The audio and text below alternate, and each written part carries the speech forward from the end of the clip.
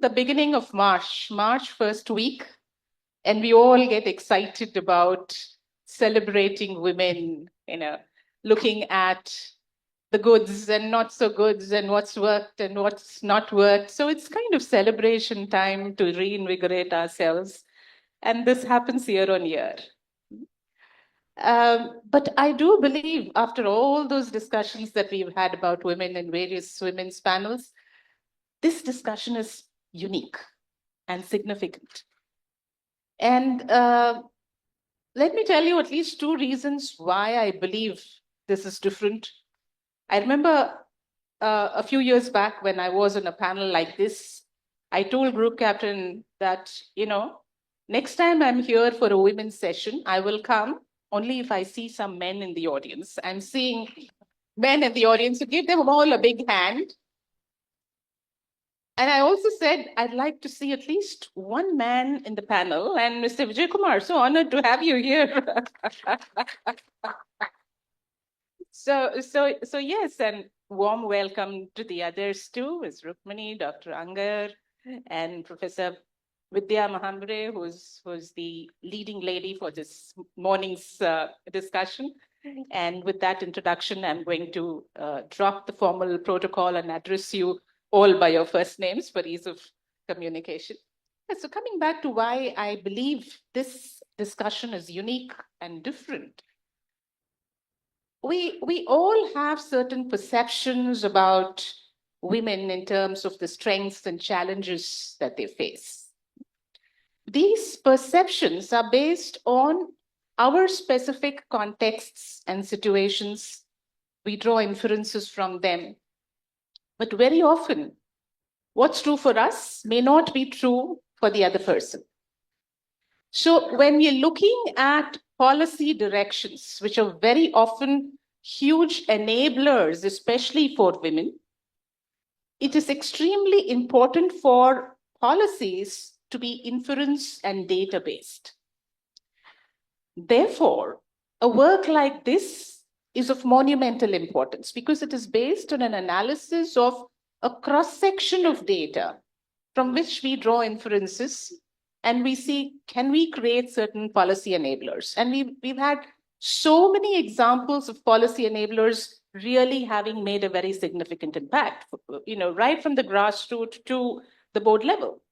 For instance, about 15 years back, when I stepped into a board for the first time, I remember asking myself, am I here on this board because of my capability?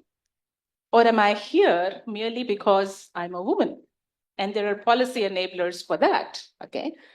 Today, I'm happy to say that 15 years later, I happen to be on a board where I'm not the only woman. So the reason I was called into a board is not necessarily because I happen to be a woman. But the starting point is always a positive policy enabler, after which I think it becomes extremely important for both parties, the men and the women, to quickly shift to a position where everything is based on meritocracy. Yeah. So very often I have said we need to argue not for equality, but equivalence. And that's a discussion for another day, because sometimes these nuanced understandings of what we really mean by equality gets obfuscated by the need to have a slightly dominant role or a more vociferous voice and so on. And that's really not what we need today based on the research findings that you have. So that's one reason why we need this kind of robust research to start informing policy. The second reason is that, and this is something that I discovered when I got into research myself, all these years, I thought I was doing research when I was doing a consulting job. Yeah. And so I was with Gartner, so we said it's all research-based consulting. But when I got into serious academic research, I discovered, to my amazement, that data has its own way of telling a story. It is up to us to listen carefully to the stories that the data tell. Very often, we're not even ready to listen to these stories because we are going into this whole thing with a preset notion of what the reality is. So I think these kind of research reports are critical to ensure that we are really listening to the stories that real data from real sources is telling us. And very often, this data can give us counterintuitive results, as Vidya was pointing out in her earlier talk. In my case, too, for instance, after having been a part of a global MNC where I was really leveraging the advantages of a virtual organization, and virtual organization has been my area of work for the past couple of decades, I thought I should formally get into research to be able to evangelize virtuality in all its forms. But at the end of some pretty comprehensive research, I found where virtuality is not quite virtuous. And that's again some of the findings that is coming from your data. So from the point of evangelizing virtual organization as being the ultimate solution for everything, including women-friendly policies, you kind of move to a data-based inference where you say virtuality is good, but there are XYZ conditions where it is definitely counterproductive. So these kind of counterintuitive results are very important to understand and assimilate and guide us as we go forward. So I really look forward to today's discussions because we have people who are extremely well versed with research, and we have people who are very strong from the practice area.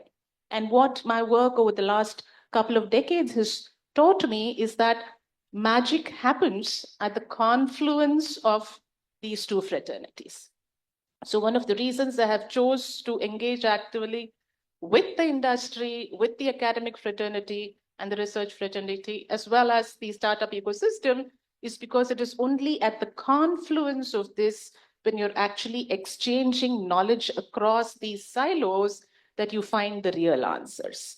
So I'm hoping that at the end of today's discussion, we have some sound answers to some of the questions that we are faced with today. So just in terms of how the format will work, I would request each of the speakers to give some opening remarks of their views on today's topic. And then we will follow that up with a discussion. And all of you, please feel free to jump in with your own questions or your own perceptions in the open format, because that is what is going to add to the richness of the discussions today. Okay, so my job is merely to ensure that we follow a broad structure, but within that, let's be guided by what the audience wants to hear and what we would like to share. So shall we start with you, Rukmini, about your experience?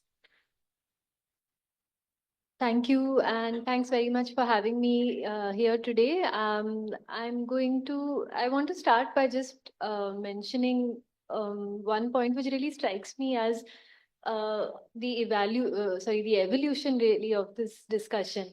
So I come from a background in data and looking at large national data sets to make sense of the world. I run a public platform called Data for India, which aims to communicate socioeconomic data about India to a lay audience to advance the understanding of India.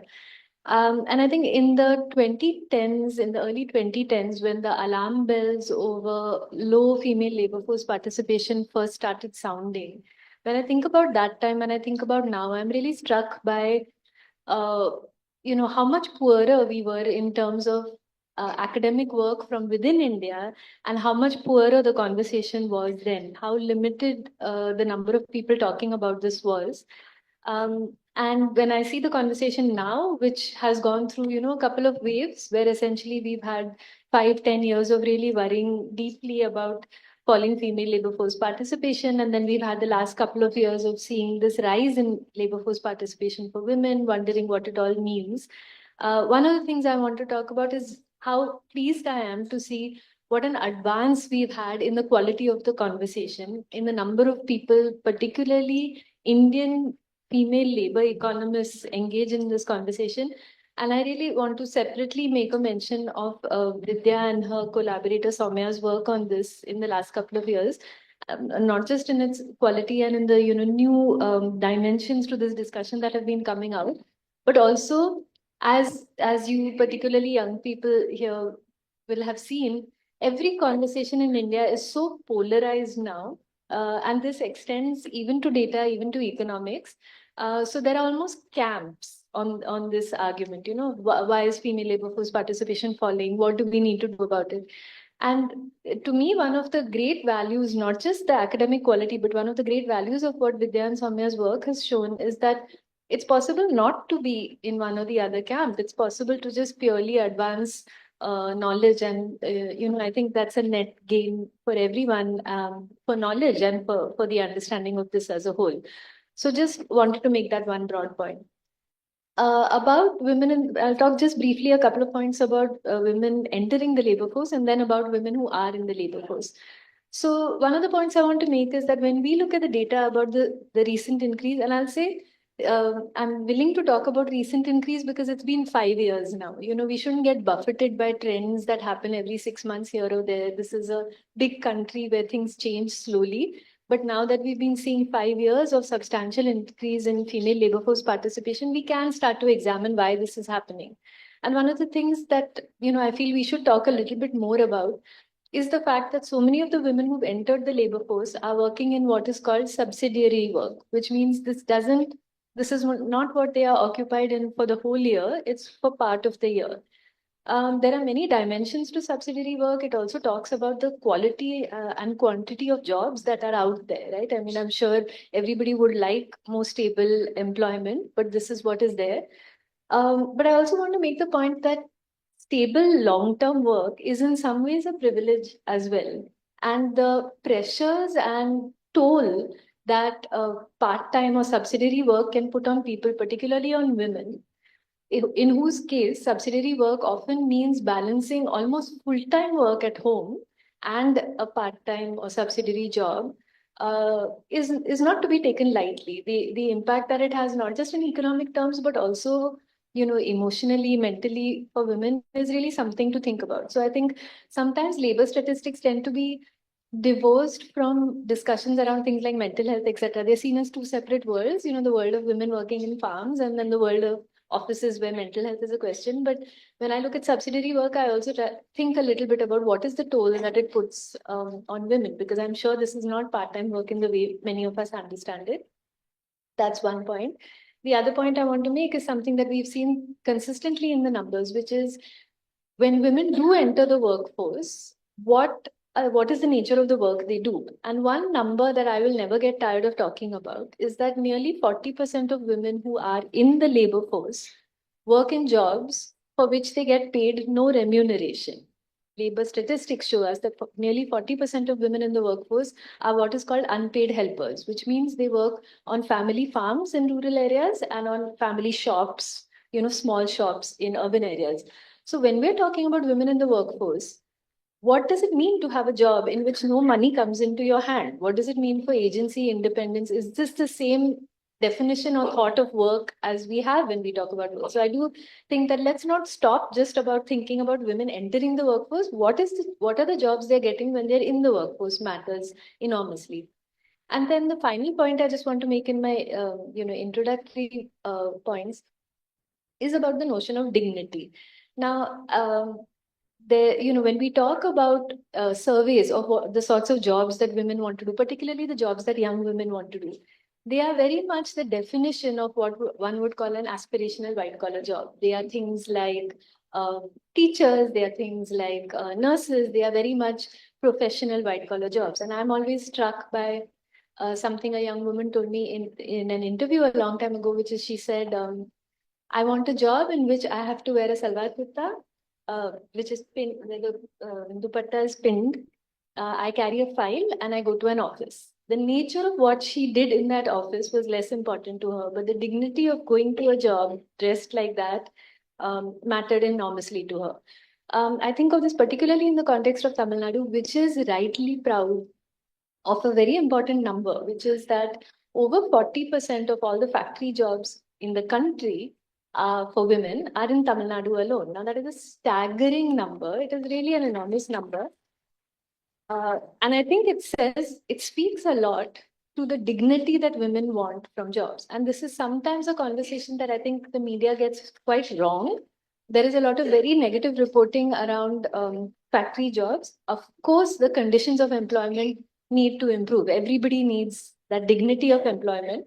But the value of a factory job for young women in India, I don't think it's fully understood just what it means for dignity. So this is in some ways an intangible, maybe labor statistics cannot capture it, but the notion of dignity in employment and what it means for women and how transformative it can be is a third point that I've come to think is very important in our, thinking about how labor can transform. These were the initial points I wanted to. Thank you. Thank you. Thank you so much, Rukmini. Very, very interesting, actually, right? I mean, self-esteem and stability. These are factors that, are slightly more fuzzy than quantifiable parameters. And I think self-esteem, not just at the level that you're talking about, Rukmini, but even at the corporate level, where you would really like to work with dignity, and stability, because I think this whole issue of the greedy employer that you talked about in your report relates to a sense of competition that arises from an insecurity about the stability of your own job. You want to go that extra mile to prove yourself that you're as good as your male counterpart. So stability becomes a very important factor. But you also touched upon a very interesting point in terms of the labor force of women in Tamil Nadu. And that gives me the perfect place to segue into the conversation with you, Angayar. What do you think has really contributed to enabling this in the state, and how can we replicate it in the rest of the country?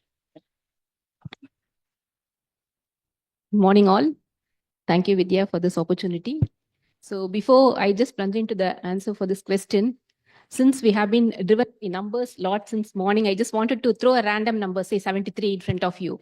I could see a lot of students here. So I'm expecting some response if I just put a random number, say 73 in front of you. Is there any comment about that number? You can just comment anything about that number. 73.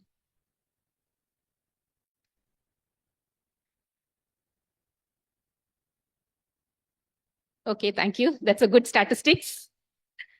Even more simpler. 73, it's today's date. Okay, so what I'm trying to say is many problems have very simple solutions.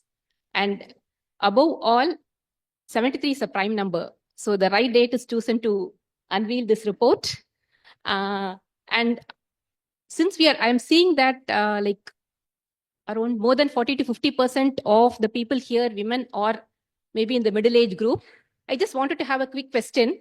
How many of you have your own vehicle or anything in your name? Okay. So it's women. I'll come to men shortly so that we'll have a quick comparison.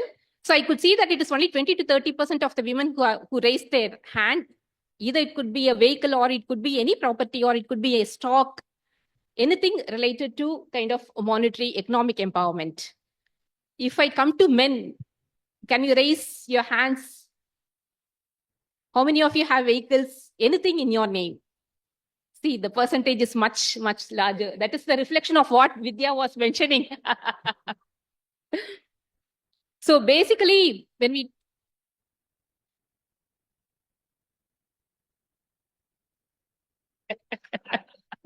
Yeah, good point. So thanks for the statistics. Basically, what I'm trying to drive here is when we talk in terms of women empowerment, we can see that through economic empowerment, social empowerment, political empowerment. And on top of all these things, which were rightly mentioned by our speakers, it is all about mental well-being as well, because which is normally being ignored these days. Earlier, it was like it was taken care. We are having a kind of a very closed society, and also many family persons will be there around you, so that it was taken care. But now that we are having a nuclear set of thing, mental well-being is actually ignored in a larger way. Okay, so first, in terms of economic empowerment in Tamil Nadu, as was rightly mentioned by you, it was like Tamil Nadu is standing and the top player with regard to women labor force participation. either in terms of rural or in terms of urban as well. The reason behind that is there are a lot of government schemes. Say, for example, the recent one is the Pudumai Pen scheme, wherein every girl who is into higher education, they are receiving 1,000 rupees per month as a scholarship, in case if they have done their schooling in the government schools. So that is one scheme. The next one is all about we are into various kind of training, because basically where women take kind of a backseat is to find out whether we are having the respective skill in the areas. And coming back to the sectors, when you're talking about sectors like in terms of agriculture or manufacturing or service sector, mentioning actually 40% of women who are working in the manufacturing sector in India is from Tamil Nadu.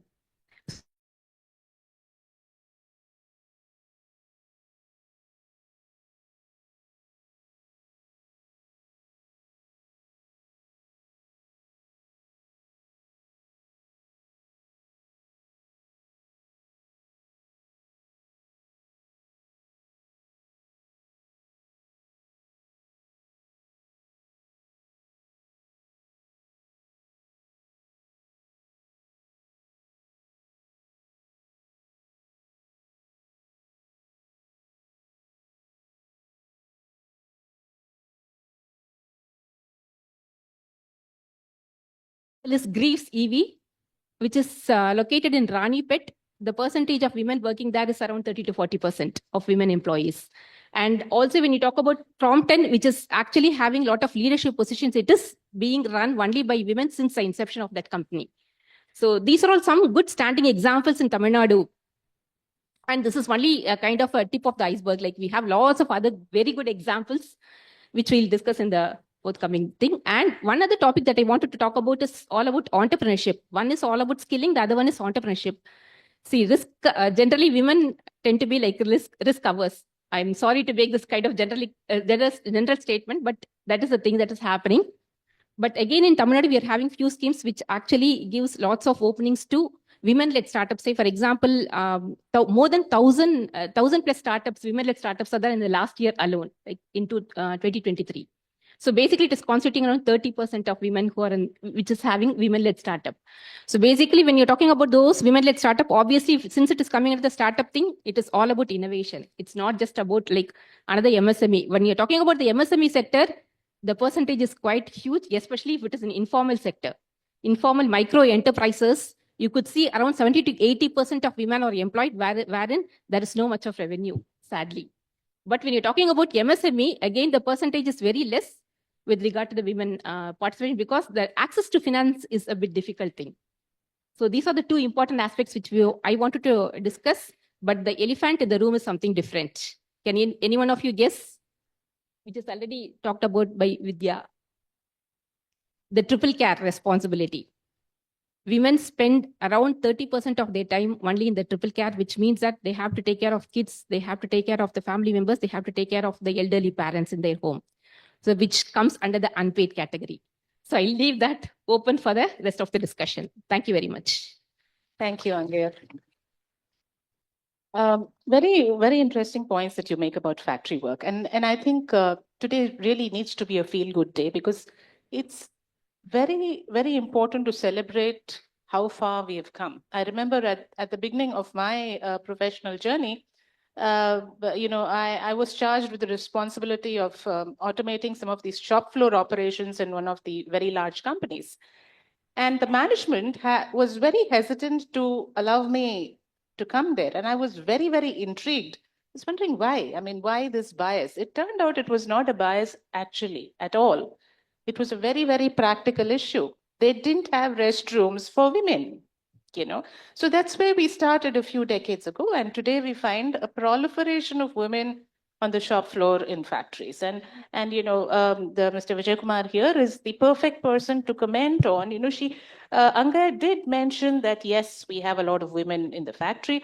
And I'm beginning to observe that it's the case across the country as well. But I also noticed that perhaps, we need to really think about issues that are normally brushed under the carpet, which is the employability factor of both men and women when it comes to shop floor work.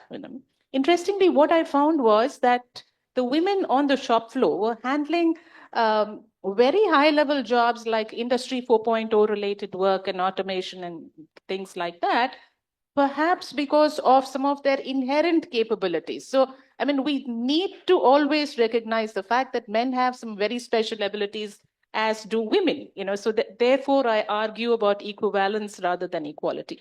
So I'd be very interested to know what your experiences have been when you induct women into your factory. Are there certain kind of jobs where you find them performing much better? And how would you recommend we replicate this success across? Yeah. Thank you. And I also did some research because it's threatening to be the lonely panelist here. And it's happy to note that today I was going through some statistics that 30% of the workforce in India are women. And 18% of the GDP contribution to this country is from the women, which is actually, I would say, double the statistics which you would have noticed 5 years ago. So it's a good thing that let's give a big hand to the. And I come from an organization. I started my career in a battery making company. You would all have noticed brand called Amaron, Amara Raja Batteries. That's where I started my career 33 years ago as a management trainee HR. And I noticed a very weird policy over there. And when someone used to get shortlisted in the interview, the final question from the GM or the operations head used to be, are you married? Yes. I'm talking about the men, interview the men. What's your spouse? Can she take up an employment with us? That's the wonderful policy they had, and it was a little weird. And even today, that's continuing. And when I left the organization some 23 years ago, the total population was about 2,300, out of which 230 were couples. 230 were couples out of 2,300 population. For the simple reason that the founder happened to be the Indian origin, South Indian origin, and he spent his prime part of his career in US along with his wife, and he understood the very necessity of building the nation building with the help of women being employed in a dignified way. So that's how. And we, in other companies, the moment after that company, I joined many other organizations. I tried to put my brilliant ideas that why can't we employ women, but I had mouthful from the leadership. That's a different story. We all have operations. What I'm trying to say is we all have operations that, employing the family members into the system will lead to a lot of disturbances. Absolutely no. Absolutely no. And if at all an employer has something to contribute to the economy of the nation, it's good to keep the doors open for the family members to be employed. That's number one. And interestingly, 30 years ago, we also employed a civil engineer, woman civil engineer. And my promoter was Mr. Gala, Big Gala. He was crazily chasing me to go around and release paper ads for some civil engineer. Luckily, we got one civil engineer, and she's still working there. She's going to get retired in a couple of years there. She's still working there as civil engineer. And of course, she may be GM civil engineering or something of that sort. And also we started hunting for a safety officer from women colleagues. Very rare, very difficult to get. We couldn't get a woman colleague to be employed in safety, but finally I was told that they got something. So to me, it doesn't matter. And they can handle any amount of employment, obviously. Women can handle any kind of jobs except the heavy load, bearing the physical load carrying jobs. They can fit into any roles. And I have come across women colleagues who have been managing finances, who have been managing. I also luckily worked in a couple of pharma companies, including Pfizer. My CHRO was a woman, and my R&D head, global head, was a woman. And I don't think that they can, we cannot draw any line between which they can handle, which they cannot handle in manufacturing. But one thing what I observed was all that who grew very fast in the career, they were very willing to mobile. Of course, it comes with professional hazard, like sacrificing a little bit in the family front. They all were very mobile, globally mobile, and very self-reliant. and they found their own ways of managing families, managing kids. And that's all I would like to put it in very simple. And even today, having traveled for 33 years in this profession, I still notice after maternity, post maternity, the turn up to the work is hardly 70-75%. That's my experience. And reasons when we examined, what we noticed was the family support. The other one is the medical, the ignorance of the needs of medical, and depth of receiving due counseling or mentoring from them. And I was going through some literature. What is this postpartum syndrome or something? And that's really true. And 5-6 years ago, we had a wonderful, brilliant colleague in HR, and she went for maternity, and she happened to be down with this syndrome or so. She stopped receiving phone calls for a year, and luckily the management didn't decide to shut down the personal dossier. It was still open. The individual had started receiving phone calls and started responding to the company's mails only after 1 year. So these are some of the things that need to be taken care by the society or the families. I would say most of the families or family members of the employed women are highly ignorant of the support system which they have to or they ought to extend. That's the major debt I would find today, number one. Number two, government. Thanks to Madam who explained the government support. Obviously, if you browse, you will see wonderful support system from state as well as central governments towards women empowerment. But how many of the family members are aware of that? How many of the women employees are aware of that? The spouses should be aware of all these things. Many do not know. Many do not know what kind of support system the government is extending. The other factor is the safety. The safety is highly is viewed to be a ghost from the family front. The family, even today, 75% of the families do not consider workplace as a safe workplace for women. I'm talking from manufacturing space perspective. I don't know about, I can't comment on other perspective. For the simple reason that the employers like us, we fail to establish or we fail to instill the trust in the family members that we are a safe workplace, and we need to do a lot. And what we think is simply adhering to the laws or the statutory obligations are enough, or adhering to the basic bare minimum policies are enough, but that's not enough to encourage women folks to come back to work after this maternity. And in addition to that, I would say for our Indian women, as far as my experience is concerned from manufacturing sector, the self-limiting beliefs are too high. Again, the self-limiting beliefs are too high. And we take the best of the examples of women employees who have Indra Nui. Okay, that's not the world. We have 90% of the very mediocre and average, or the people who really crave for the livelihood, and the women colleagues who really need to have the gainful employment. That lot is very important. And they suffer a lot out of this self-limiting belief, and they need to be helped. And if at all any NGOs or the women forums are going to support the employment generation or empowerment of women, please think through or explore the possibilities of starting centers that can really counsel or mentor or coach women as to how to manage their career post maternity, or as to how to balance between opportunities and the competition in workplace or in the job market. This is what I would like to say. Thank you, Vijay. So, Vidya, having heard our speakers right now, what I would request you to do is kind of pick up some of the things, some of the facts that they have stated as they've observed, and say, do you find parallels in terms of the research findings, or do you find certain contrasting inferences that you're drawing? How do you compare and contrast whatever they have said with what your data is telling you? No, this is for Vidya, please. It might sound a little contrast because I keep moving and I keep interacting with sections, across sections in manufacturing basis. So we have a number of women colleagues in shop floor, And in junior level, mid-level, and senior level, of course, not too many.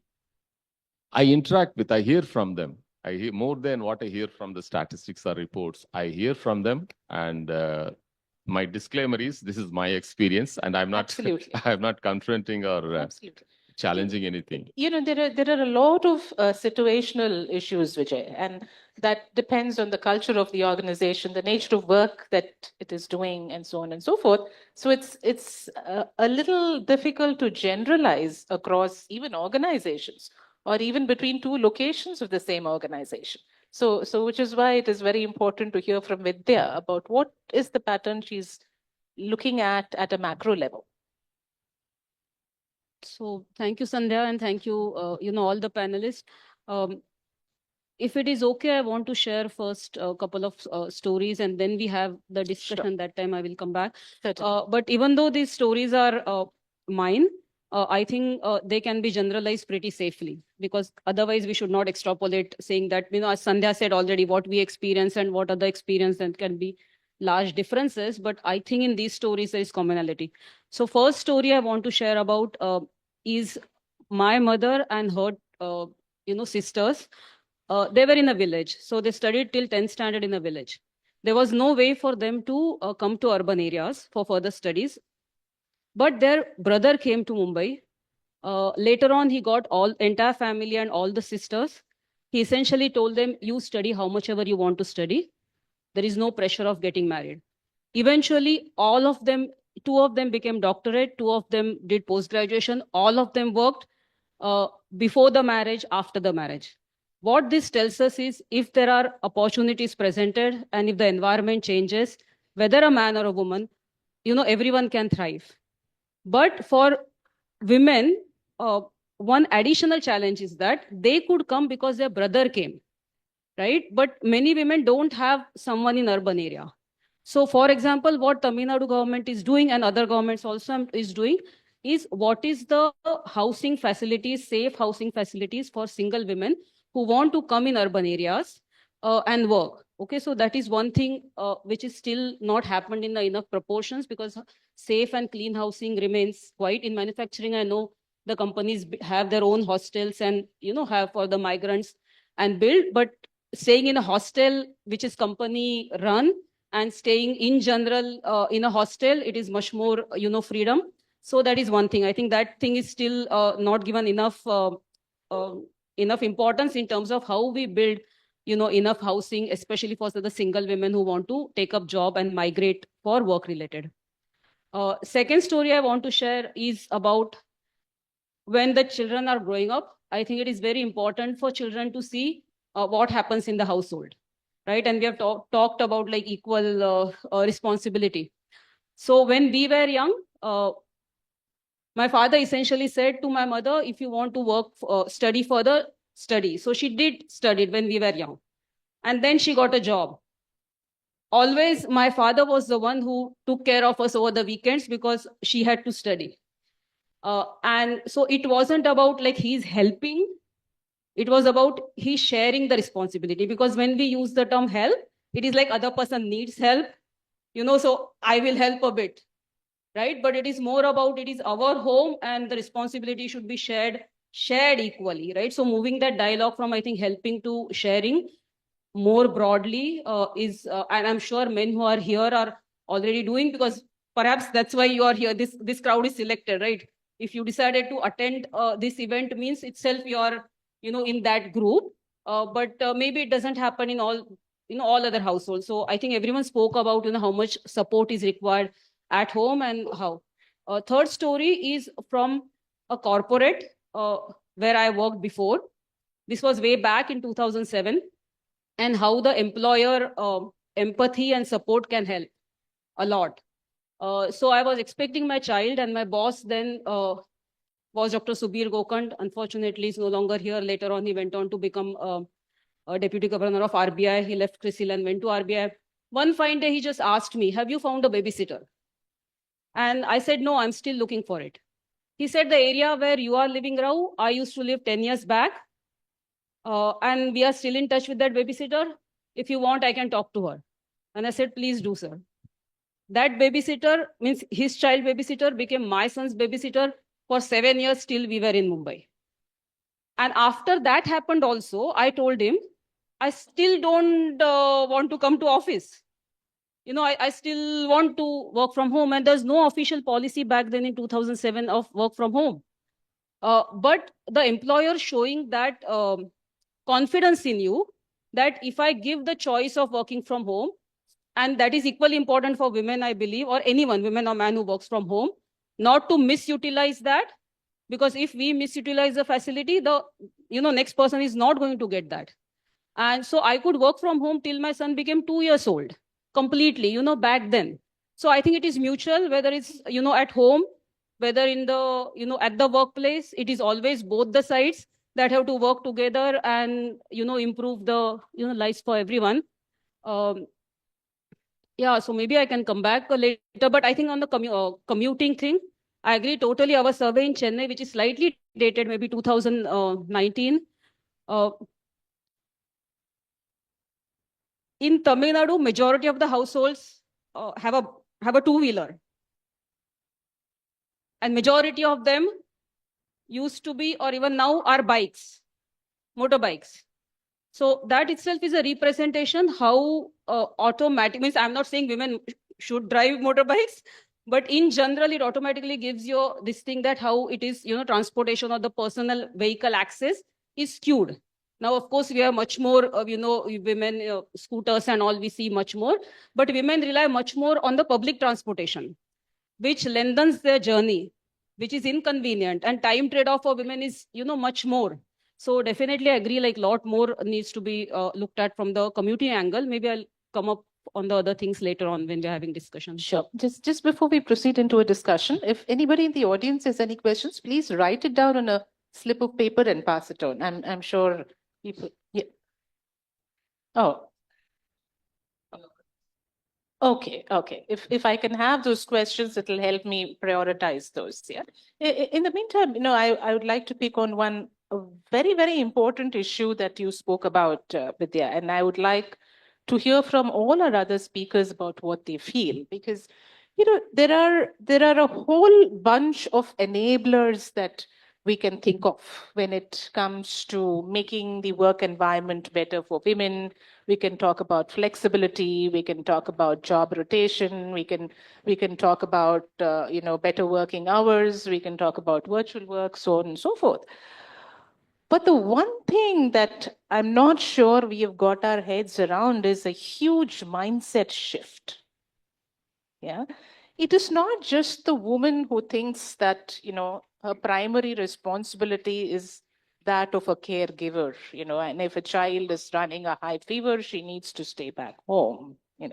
I think the mindset shift needs to happen everywhere, in every facet, whether it is at the workplace or at the home, whether it is our generation or the older generation or the younger generation. We just spoke about postpartum blues.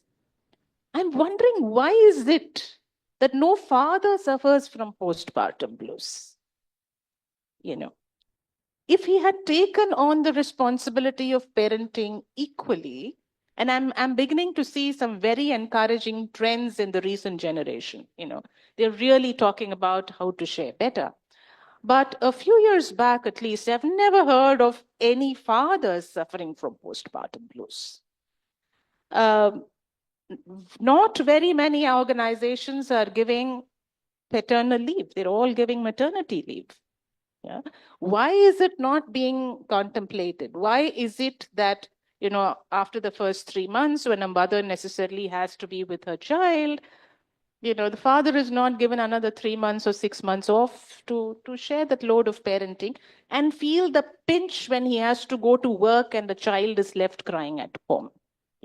That kind of sensitizes everybody. Even your boss, who has gone through a similar experience, will be able to empathize better with what it means to be balancing multiple responsibilities. Yeah. And I think policies that enable a mindset shift is what we probably need to be prioritizing at the end of all of this. Take these distinct data points in terms of what are the inhibitors and what are the facilitators, and see how can it be transposed into some preconceived notion that we already have of how the man and woman need to be prioritizing their time, their growth trajectory, and so on and so forth. One very, very valuable point that Vidya has highlighted in her report is that even amongst couples that are equally educated, very often, I mean, campus romances flourish, so they have the same degree from the same institute, yeah? But you find that the man is probably on a faster growth trajectory and earns a little more. That's what her data is saying. That's not what I'm saying. It's what the data is saying. Why is that so? Yeah. So I think we need to kind of delve a little deeper. And I would just love to hear from each of our panelists very, very quickly as to, in the context of what they are doing, what is the one mindset shift that you think is important, and where in the entire scheme of things? Because this is a multiple stakeholder responsibility. It's not just the woman, it's the man, it's the employer, it's the family, it's the social support system, so on and so forth. So where do you see a very urgent need for this shift before we go on to the questions from the audience? Yes, Rukmini, let's start with you. Thank you. Just a quick example, really, from my own experiences and my own workplace as well, which is when you shift the conversation from maternal or paternal leave to parental leave, then I think that allows some space to think about what, given the opportunity, what would men do? Because sometimes it is that the opportunity simply is not available. So in my organization, for example, I'm the only one with kids, but when we set the organization up, we wrote in an equal sort of parental leave policy, partly because of my own experiences of, despite my spouse wanting to be involved, the parental leave available to him was so much less than what it was to me, because I had taken extended leave at the time. And just another example, to employers as well, you had this example, Vidya, of how things were with your employer when you had young kids. I had at one point the opposite experience. It's funny to think about it because this was 2016-17, and I wanted to return to work, but I wanted to work from home. I was not given that opportunity and I quit. And then 2 years later, the entire world had to work from home. So I really had a laugh thinking about that employer who thought that not seeing my face for 9 hours every day would, make his organization fall apart. And then a couple of years later, the whole world had to do it. Such a powerful observation there. I had the exact contrasting experience because way back in 1994, I was pushed into working from home by an over-enthusiastic boss who said, I'm going to give you a PC. This was even before internet came, or it was in its nascency, and said that you work 1 hour, it's okay if you have a baby, So it really depends on who are these people who are encouraging you or supporting you. So that's very, very true. Yes, Sandeep. Mindset. I would just take a different perspective. Like from women's point of view, if you see, the first person to take the guilty trip will be the women, the mother or whoever the responsible women will take. So what happens here is it is with regard to the emotional intelligence that we have to deal with. So right from the beginning, but as you rightly mentioned, the current Gen Z, they are very vocal about this. Like right from day one, they are saying that both of us should take care of the kids. So that is a very real good trend, which will obviously reflect on the labor force participation as well. Yeah. I think I should give you 1 additional minute because you're outnumbered here. Okay. Yeah. To respond to the first question about the paternity leave, nowadays they're demanding this. The moment we say we don't have the policy, and they sit down across my desk and say, why don't you put a policy? And luckily, the new labor code is also bringing in the provisions for paternity leave. But that's not enough. 2 weeks or 3 weeks are not enough. The policies always will lay down, you should take in 1 stretch, 2 installments, 3 installments. These are all very weird thoughts, and it can be intermittent and left to the choice of the gentleman. And another thing is, which I forgot to notice in my first stint, is that the daycare center facilities are not that great here.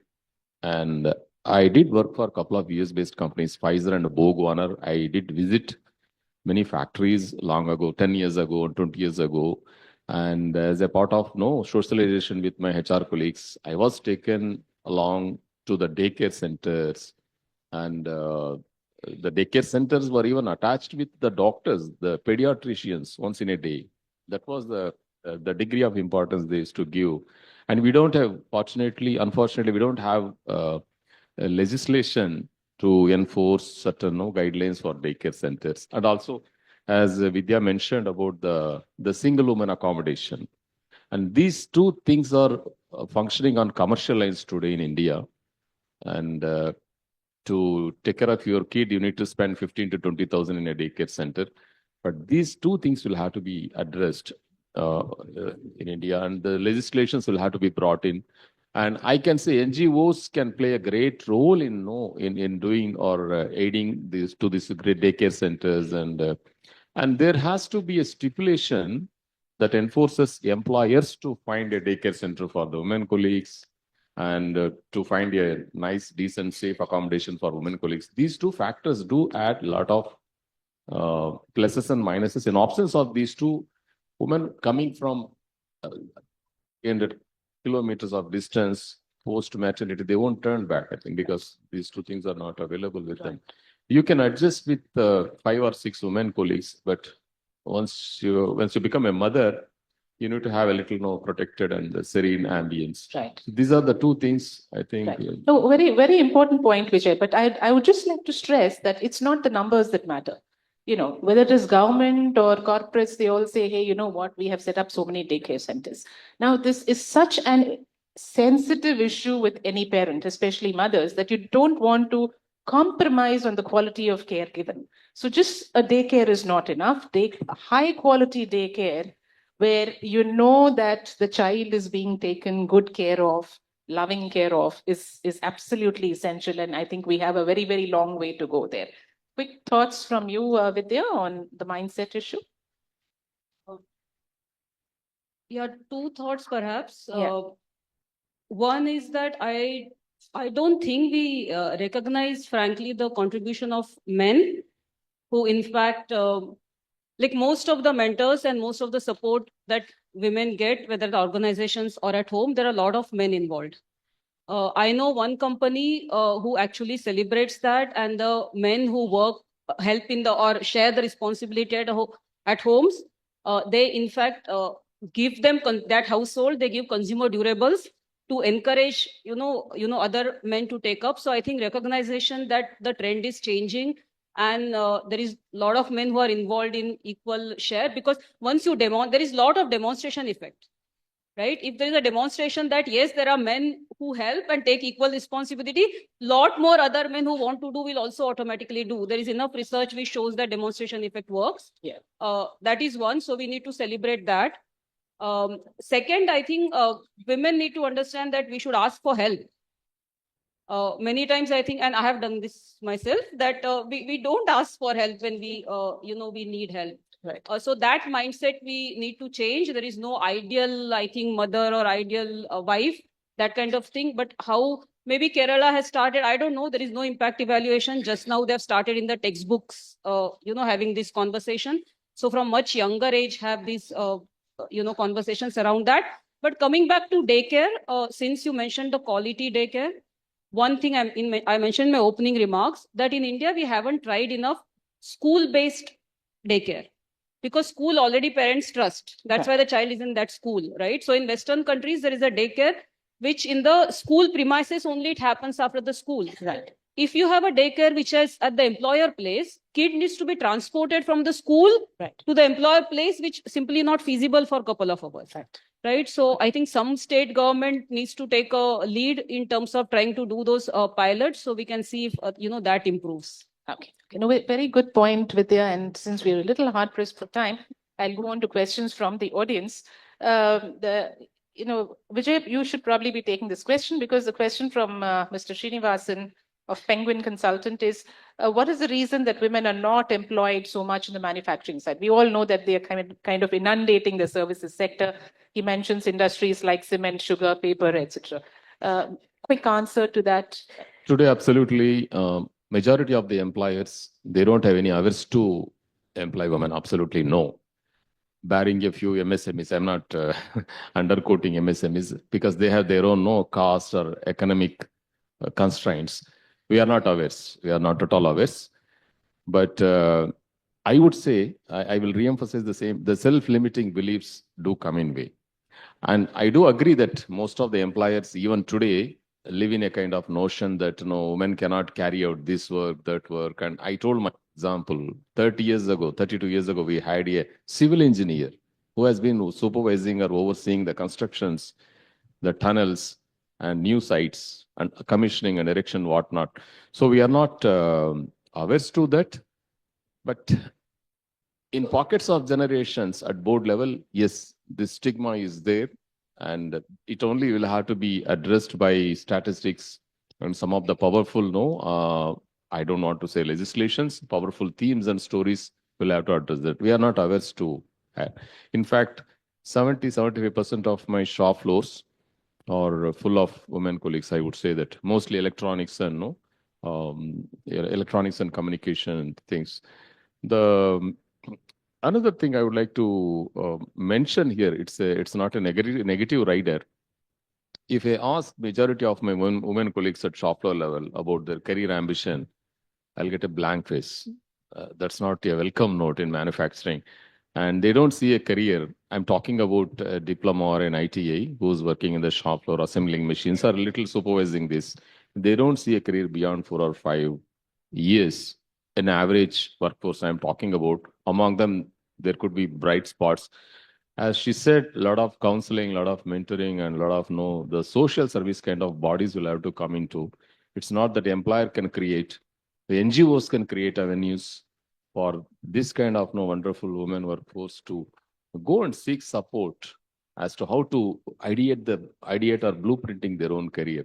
That Thanks, much. thanks, Vijay. Just a request to keep our responses point to brief so add, that we can accommodate a few questions. Yes, Youngir. Yeah, Please just go ahead. one point to add to his Sure, thing. sure. In these sectors, there is a bit of lack of mentorship. Right. Basically, in all these sectors, like if you can identify one mentor who can Yeah. actually spread the message that they can go up in the career, Right. that will help a lot. Right. Very true. Lack of awareness could very often be the reason that people are not taking this up. I'm very curious. Who's Mr. VK Swami, MMA member? There he is. I expected you to be a very young man. His question is, and I invite any one of you to answer his question very briefly, though.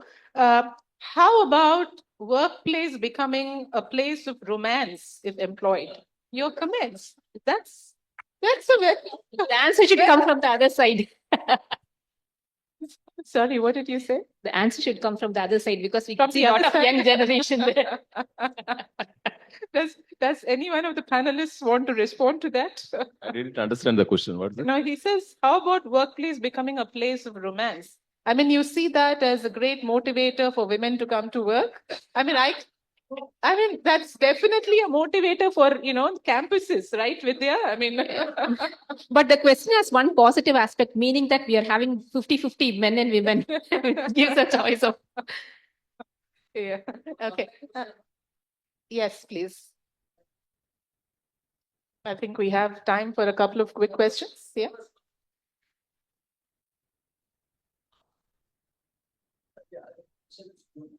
Okay.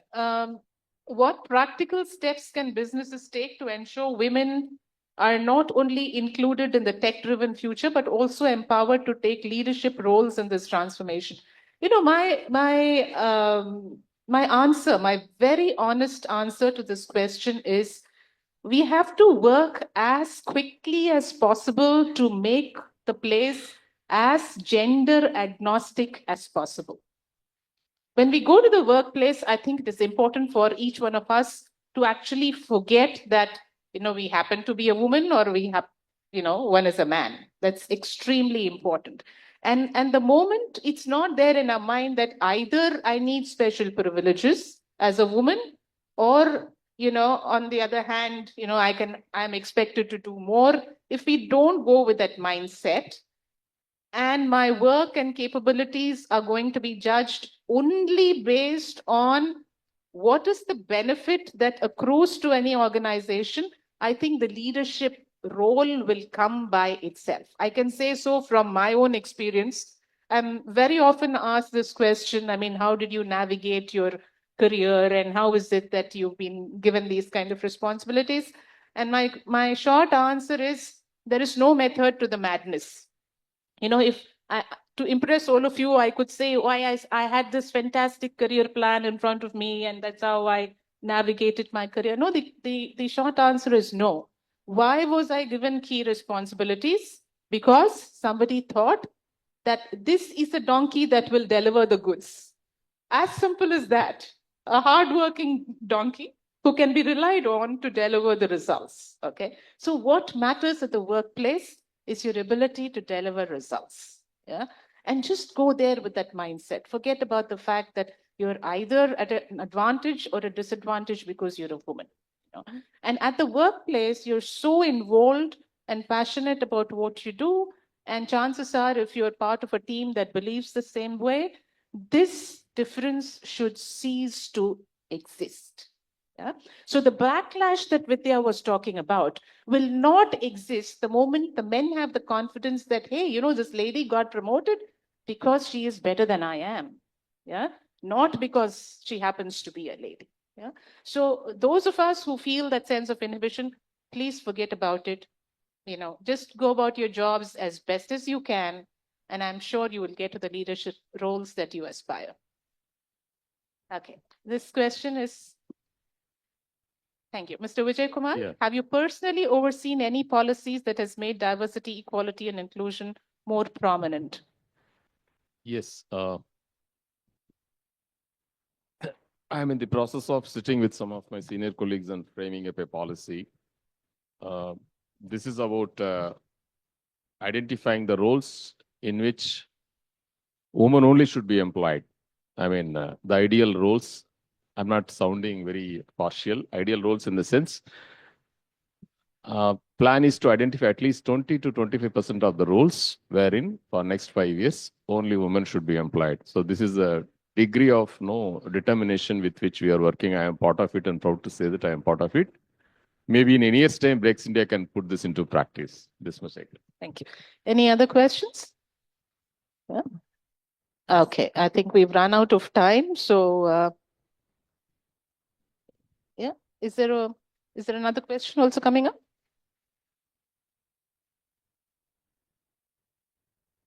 Okay, Dr. Vidya, as someone who has plans for migrating for work, I wanted to know, you ever seen the accommodation for those who migrate for work, which you talked about? On a positive note, is there anything good you've seen from your research, Vidya? And I would actually like Angayar also to comment on it, please. Or maybe if, with your permission, Vidya, Angayar can go Yeah, first, because and then you I can. was going to talk about that only. So Okay. you can talk about the recent. Yes. Yeah. Perfect. Yes. Basically, with regard to the working women hostel, we do have the popular Tori hostels which are available. Speak closer to the mic. Yeah. Hello. So basically, Tamil Nadu government has this through this Working Women's Hostel Corporation, we have got Tori hostels, which are available exclusively for working women across the state in few places.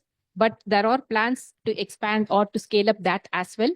And also on top of that, regarding the crash program, we are also in talk and we are planning to have a kind of a framework across the state so that we have based on the demand, we wanted to have crash programs established at certain locations across corporations and also across various other centers which have kind of women intensive workforce places. Okay. Do you want to quickly add to that, Vidya? Any one positive thing that you've noticed about accommodation? Oh, not really. Other than Not this really, scheme, okay. I'm not. Means there are a lot of hostels, working women's hostel, but we need like clean and safe. So Okay. clean and safe hostels, they must be around, but I have not done research on that, so I'm not aware. Okay. I think we still have a Even long there way is to a lot go. of lack Yeah. of it. Yeah. Long way to go. Yeah. So Swati wants to know from Rukmini, what key data points highlight the barriers women face in workforce participation, and how can this data? That's a huge question. Maybe you can just pick the top one. Yeah. I think research has settled on seeing these in two sorts of groups. One is to do with the quality of jobs that are available, that either they are not seen as safe enough, high enough quality. Sometimes there's just a job squeeze that if there aren't enough jobs available at all, then they tend to go to men first. Also, sometimes a skill mismatch, worries about safety. So those are all on the job quality side of things. And then there are the factors that hold women back from the family side to enter the workforce at all. These include unequal sharing of domestic responsibilities, notions of what constitutes women's honor and respectability in terms of leaving the marital home in terms of work. So it's a combination of norms as well as jobs and job quality, and about the general economy in times of squeeze of jobs, what happens to availability of jobs for women. Wonderful. Thank you, Rukmini. Is that the last question? Dr. Angayar, how do safety concerns impact women's workforce participation in urban areas? And what measures does your project take to address this? I mean, I know for a fact that safety concerns are really, really huge. And it can often be a huge deterrent to women entering the workforce. But the solutions from Angayar, yeah. Basically, we are targeting at various levels. To begin with,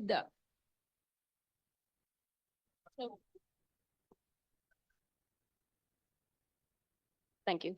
So to begin with, actually, we are having this gender and policy lab who are trying to gender sensitize, basically from the school level, wherein we wanted to break those stereotypical thoughts which happen from the childhood. So that is one of the things that is happening right now. And also we are trying to have some kind of heat maps across, to begin with at Chennai, and also across the state, so that we know which locations have more movement of women and what is the safety aspect over that particular place based on the survey.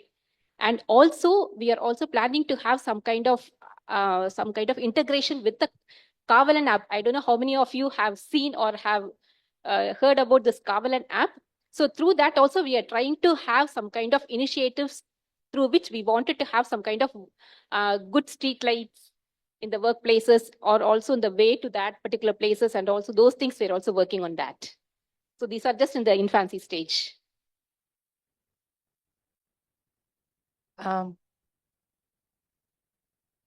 think we have. Any other questions, or do we wrap up? One more? Okay. Is this from, yeah, do we have time for that? Okay.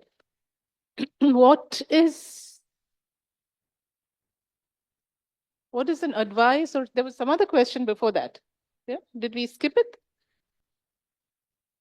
What are the biggest digital barriers women face in the workforce by your experience, and how can they be addressed? So I'm not entirely sure what you mean by a digital barrier, but if you mean working digitally and working virtually, then I can say for a fact that research, the kind of research that I've been doing over the past several years shows that there are certain phases in your life when digital work can really, really help you. Yeah. You need the flexibility to work from a different place and not do that commute every day. You need the flexibility of work hours. Okay. You need to be there. For instance, I'm a traditional mother who wanted to open the door for my daughter when she comes back from school. So, virtual work gives me that liberty to take that 15 minutes off or half an hour off and work longer towards the evening. Yeah. So very often it can be an enabler. But where is it a barrier? I mean, I'm sure there are, research is also pointing to the fact that there are multiple ways in which it can actually become an inhibitor, or at least a challenge at the very least. Number one, as women, I think most of us want to be perfectionists, so we absolutely stretch ourselves beyond what is needed, and 8 hours becomes 10 hours, very often 12 hours. Yeah. So the digital workplace allows you or makes you extend your work hours beyond what is absolutely necessary. And number two, there are certain kinds of work where I think physical presence is absolutely important. So make that provision in your lives. Find the support system for you to actually go out there and network with your colleagues, because it is that physical interaction that allows things like innovation to happen, where you're sharing ideas, where you're sharing thoughts. So, digital work will never obviate the need for physical interaction. So please strike a balance between the two.